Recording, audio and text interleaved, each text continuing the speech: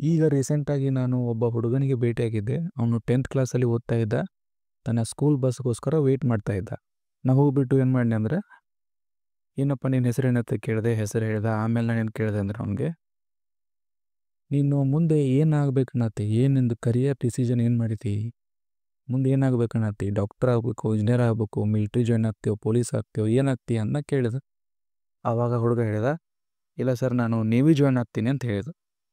ಅದಕ್ಕೆ ನಾನು good, very good ಅಂತ ಹೇಳಿದೆ.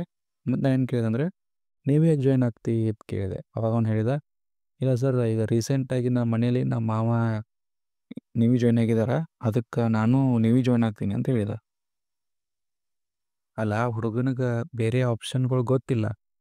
ರೀಸೆಂಟಾಗಿ ನೇವಿ ಜಾಯ್ನ್ ಆಗಿದ್ದಾರೆ, ನೇವಿ ಜಾಯ್ನ್ ಆಗ್ತಾನೆ. ಮತ್ತು ಬೇರೆ ಯಾರು ಮಿಲಿಟ್ರಿ ಜಾಯ್ನ್ ಆದ್ರೆ ತಿಳ್ಕೊಳ್ಳಿ, ಮಿಲಿಟ್ರಿ ಜಾಯ್ನ್ ಆಗ್ತಾನೆ. ಯಾರು ಸೈಂಟಿಸ್ಟ್ ಆದ್ರೆ ತಿಳ್ಕೊಳ್ಳಿ, ಸೈಂಟಿಸ್ಟ್ ಆಗಕ್ಕೆ ಹೋಗ್ತಾನೆ. ಎದಕ್ಕಪ್ಪ ಅಂದ್ರೆ ಇದು ಲ್ಯಾಕ್ ಆಫ್ ಡಿಸಿಷನ್ ಮಾಡೋದಕ್ಕೆ ಅವನ ಹತ್ರ ಸಫಿಷಿಯೆಂಟ್ ಇನ್ಫಾರ್ಮೇಷನ್ ಇಲ್ಲ. ಅದಕ್ಕೆ ಅವ ಯಾವುದೈತಲ್ಲ ಒಂದೇ ಆಪ್ಷನ್ನ ಅದನ್ನೇ ಚೂಸ್ ಮಾಡ್ಲಿಕ್ಕದಾನ.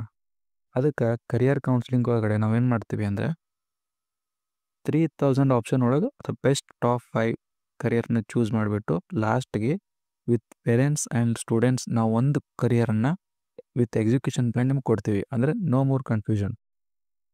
ಫಾರ್ ಎಕ್ಸಾಂಪಲ್, ನೀವು ತೋಳಿಗ ನೀವು ಎಜುಕೇಷನ್ ಒಳಗೆ ಹೋಗ್ತಾ ಇರ್ತೀರಿ. PUC ಆಯಿತು, ಯಾವುದೋ BSc ಅಡ್ಮಿಷನ್ ಮಾಡ್ತೀರಿ, ಓದ್ತಾ ಇರ್ತೀರಿ. ಆಮೇಲೆ ನಿಮ್ಗೆ ಗೊತ್ತಾಗುತ್ತೆ, ಫ್ಲೈಟ್ ಒಳಗೆ ಪೈಲಟ್ ಆಗೋದೊಂದು ಆಪ್ಷನ್ ಇತ್ತು, ನಾನು ಮಿಸ್ ಮಾಡ್ಕೊಂಡೆ. ಆವಾಗ ಆಲ್ರೆಡಿ ನೀವು BSc ಒಳಗೆ 1 ಇಯರ್ ಹಾಫ್ ಇಯರ್ ಕಂಪ್ಲೀಟ್ ಮಾಡಿರ್ತೀರಿ, ಬಿಟ್ಟು ಹೋಗೋಕ್ಕೂ ಆಗೋದಿಲ್ಲ. ಮತ್ತು ಅದು ಮನಸ್ಸೊಳಗೆ ಕಾಡ್ತಾನೆ ಇರುತ್ತೆ, ನಾವು ಪೈಲಟ್ ಆಗಂಗಿಲ್ಲ ಅಂಥೇಳಿ. ಅದಕ್ಕೆ ನೀವು 10th ಮುಗಿದ ತಕ್ಷಣ ಕರಿಯರ್ ಕೌನ್ಸಿಲಿಂಗ್ ಮಾಡ್ಕೊಂಡ್ಬಿಟ್ರಿ ಅಂದ್ರೆ ನೋ ಮೋರ್ ಕನ್ಫ್ಯೂಷನ್. ನೀವೆಲ್ಲ ಆಪ್ಷನ್ಗಳನ್ನ ಎಕ್ಸ್ಪ್ಲೋರ್ ಮಾಡಿಬಿಟ್ಟು ಎಲ್ಲ ರಿಜೆಕ್ಟ್ ಮಾಡಿಬಿಟ್ಟು ನಿಮಗೆ ಯಾವ್ದು ಬೆಸ್ಟ್ ಐತಿ ಅದನ್ನು ಚೂಸ್ ಮಾಡಿ ಅಡ್ಮಿಷನ್ ಮಾಡ್ತೀರಿ. ಅದರೊಳಗಡೆ ನಿಮ್ಮ ಸ್ಕಿಲ್ನ ಡೆವಲಪ್ ಮಾಡ್ಕೊತ ನೀವು ಮುಂದೆ ಹೋಗ್ತೀರಿ. ಆವಾಗ ಹಿಂತಿರುಗಿ ನೋಡೋಂಗಿಲ್ಲ. ಬಟ್ ನೀವು ಆಪ್ಷನ್ಗಳನ್ನ 10th ಮುಗಿದ ತಕ್ಷಣ ಇಲ್ಲೇ ಬಿಟ್ಟು ಯಾವುದಾರೇ ಒಂದು ನಮ್ಮ ಅಣ್ಣ ಮಾಡಿದ್ದ, ನಮ್ಮ ಅಕ್ಕ ಮಾಡಿದ್ದ, ಅವ್ರು ಹೇಳಿರು, ಇವ್ರು ಹೇಳಿರು ಅಂತೇಳಿ ಚೂಸ್ ಮಾಡ್ಕೊಂಡು ಹೋದ್ರಿ ಅಂದ್ರೆ ಮುಂದೆ ಕನ್ಫ್ಯೂಷನ್ ಆಗತ್ತೈತಿ. ದಟ್ ಅದನ್ನು ಯಾರೂ ತಪ್ಸೋಕ್ಕಾಗೋದಿಲ್ಲ. ಅದಕ್ಕೆ ನೀವು ಈಗ ಎಕ್ಸ್ಪ್ಲೋರ್ ಮಾಡಬೇಕು. 10th ಮುಗಿದ ತಕ್ಷಣ ಯಾರು ಕರಿಯರ್ ಕೌನ್ಸಿಲಿಂಗ್ ಮಾಡ್ತಾರಲ್ಲ ಅವ್ರ ಹತ್ರ ಹೋಗಿಬಿಟ್ಟು, ನಮಗೆ ಕರಿಯರ್ ಕೌನ್ಸಿಲಿಂಗ್ ಮಾಡಿ ಅಂತೇಳಿ ಎಲ್ಲ ಕರಿಯರನ್ನು ಎಕ್ಸ್ಪ್ಲೋರ್ ಮಾಡಬೇಕು. ಅದು ನಿಮ್ಗೇನೋ ಒಳ್ಳೆ ಸೊಲ್ಯೂಷನ್ ಅದು. ಮತ್ತು ಇನ್ನೊಂದೇನಪ್ಪ ಅಂದ್ರೆ, ಈಗ ನಾನು ನಿಮ್ಮ ಮುಂದೆ ಏನು ಮಾಡ್ತೀನಿ, ಒಂದು ಐಸ್ ಕ್ರೀಮು, ಒಂದು ಚಾಕ್ಲೇಟು ಇಡ್ತೀನಿ, ಚೂಸ್ ಮಾಡಿ ಅಂತ ಹೇಳ್ತೀನಿ. ನೀವು ಏನಿಷ್ಟ ಚಾಕ್ಲೇಟ್ ತೊಗೋತೀರಿ. ಅದೇ ನಾ ಆ ಥರ ಇನ್ನೊಂದು ಆಪ್ಷನ್ ಕೂಡಿಸ್ತೀನಿ, ಕೇಕ್ ಕೂಡಿಸ್ಬಿಡ್ತೀನಿ. ಅವಾಗ ಏನು ಮಾಡ್ತೀರಿ, ನಿಮ್ಗೆ ಕೇಕ್ ಇಷ್ಟ ಆಗುತ್ತೆ, ಕೇಕ್ ತೊಗೋತೀರಿ. ಹೆಂಗೆ ಆಪ್ಷನ್ ಜಾಸ್ತಿ ಆಗ್ತಾವಲ್ಲ, ಹಂಗೆ ನಿಮ್ಮದು ಡಿಸಿಷನ್ ಅದು ಚೂಸ್ ಮಾಡೋಕೆ ಏನಾಕೈತಿ ಚೇಂಜ್ ಆಗುತ್ತೆ. ಅದಕ್ಕೆ ಸ್ವಲ್ಪ ಆಪ್ಷನ್ ಒಳಗೆ ಈಗ ಚೂಸ್ ಮಾಡಿರಿ ಅಂದ್ರೆ ಅದು ಫೈನಲ್ ಆಗಿಬಿಡುತ್ತೆ. ಕರಿಯರ್ ಡಿಸಿಷನ್ ಒಮ್ಮೆ ಮಾಡ್ತಾರೆ, ಭಾಳ ಸತಿ ಮಾಡೋಂಗಿಲ್ಲ. ಅದಕ್ಕೆ ಅದನ್ನು ವಿತ್ ಇನ್ಫಾರ್ಮ್ ಸೆಲೆಕ್ಷನ್ ಮಾಡಿರಿ. ಇನ್ಫಾರ್ಮ್ ಡಿಸಿಷನ್ ತೊಗೊಳ್ಳಿ. ಕನ್ಫ್ಯೂಷನಲ್ಲಿ ಇರೋಕ್ಕೆ ಹೋಗ್ಬೇಡ್ರಿ, ವಿತ್ ಕ್ಲಾರಿಟಿ ಇರಬೇಕು. ಮತ್ತು ಒಂದು ನಿಮಗೆ ಕತೆ ಹೇಳ್ತೀನಿ. ಕತೆ ಅಂದ್ರೆ ಸಣ್ಣ ಸ್ಟೋರಿ ಕೇಳಿ. ಒಬ್ಬ ಹುಡುಗ ಇರ್ತಾನೆ, ಕೃಷ್ಣ ಅಂಥೇಳಿ. ಕೃಷ್ಣಂಗೆ ಬೆಣ್ಣೆ ದೋಸೆ ಅಂದರೆ ಭಾಳ ಇಷ್ಟ, ಬೆಣ್ಣೆ ಮಸಾಲೆ ದೋಸೆ. ಏನಾಗುತ್ತೆ, ಅವ್ರ ಮನೆಯೊಳಗೆ ಏನೋ ಒಂದು ಪಾರ್ಟಿ ಮಾಡ್ಬೇಕಂಥೇಳಿ ಎಲ್ಲರೂ ರೆಸ್ಟೋರೆಂಟಿಗೆ ಹೋಗ್ತಾರೆ. ಅವ್ರ ಪೇರೆಂಟ್ಸ, ಅವ್ರ ಬ್ರದರ್ಸ್, ಸಿಸ್ಟರ್ಸ ಎಲ್ಲರೂ ಹೋಗ್ತಾರೆ. ಎಲ್ಲರೂ ವೇಟರ್ ಬಂದ ತಕ್ಷಣ ಆರ್ಡ್ರ್ ಮಾಡ್ತಾರೆ. ಅವ್ರ ತಂದೆಗೆ ಏನು ಬೇಕು, ಅವ್ರ ಪಲಾವ್ ಕೊಡೋದು ಹೇಳ್ತಾರೆ. ಅವ್ರ ತಾಯಿ ಪೂರಿ ಕೇಳ್ತಾರೆ. ಅವರ ಬ್ರದರ್ಸ್ ಎಲ್ಲ ವಡಾಪಾವು, ಗೋಬಿ ಮಂಚೂರಿ ಏನೇನು ಬೇಕೆಲ್ಲ ತೊಗೋತಾರೆ. ಈಗ ಕೃಷ್ಣ ಏನು ಚೂಸ್ ಮಾಡಬೇಕು? ಅವ್ರ ತಂದೆ, ಅವ್ರ ತಾಯಿ, ಅವ್ರ ಬ್ರದರ್ಸ್, ಸಿಸ್ಟರ್ಸ್ ಅವ್ರೇನು ಸೆಲೆಕ್ಟ್ ಮಾಡಿದಾರಲ್ಲ ಅದನ್ನು ಚೂಸ್ ಮಾಡಬೇಕು, ಅಥವಾ ತನಗೇನಿಷ್ಟ ಬೆಣ್ಣೆ ಮಸಾಲೆ ದೋಸೆ ಅದನ್ನು ಚೂಸ್ ಮಾಡಬೇಕು?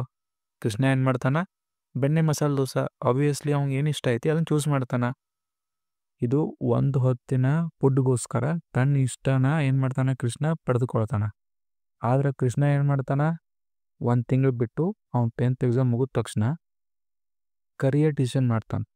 ಯಾವ ಕರಿಯರ್ ಬೇಕಲ್ಲ ಅದನ್ನು ಚೂಸ್ ಮಾಡ್ತಾನೆ. ಅವಾಗ ಏನು ಮಾಡ್ತಾನೆ ಹೇಳ್ರಿ, ಅವ್ರನ್ನ ಯಾವ ಚೂಸ್ ಮಾಡಿರ್ತಾನಲ್ಲ MBBS ಅದನ್ನ ಚೂಸ್ ಮಾಡ್ತಾನೆ. ಅದಕ್ಕೆ ಹೇಳ್ರಿ, ತನ್ನ ಇಂಟ್ರೆಸ್ಟ್ ಅವ್ನಿಗೆ ಗೊತ್ತಿಲ್ಲ, ಅವ್ನ ಪರ್ಸ್ನಾಲಿಟಿ ಹೆಂಗೈತಿ, ಅವ್ನ ಇಂಟ್ರೆಸ್ಟ್ ಏನೈತಿ, ಅವ್ನ ಸ್ಕಿಲ್ಸ್ ಏನದವು ಅವ್ಗೆ ಐಡೆಂಟಿಫೈ ಮಾಡಿಬಿಟ್ಟು ಯಾರೂ ಹೇಳಿಲ್ಲ. ಅದಕ್ಕೆ ಏನು ಮಾಡ್ತಾನೆ, ಜಸ್ಟ್ ಅವ್ರನ್ನ ಏನು ಬೇಕಲ್ಲ ಅದನ್ನು ಸೆಲೆಕ್ಟ್ ಮಾಡ್ಕೊಂಡು ಹೋಗ್ಬಿಡ್ತಾನೆ ನೀವು.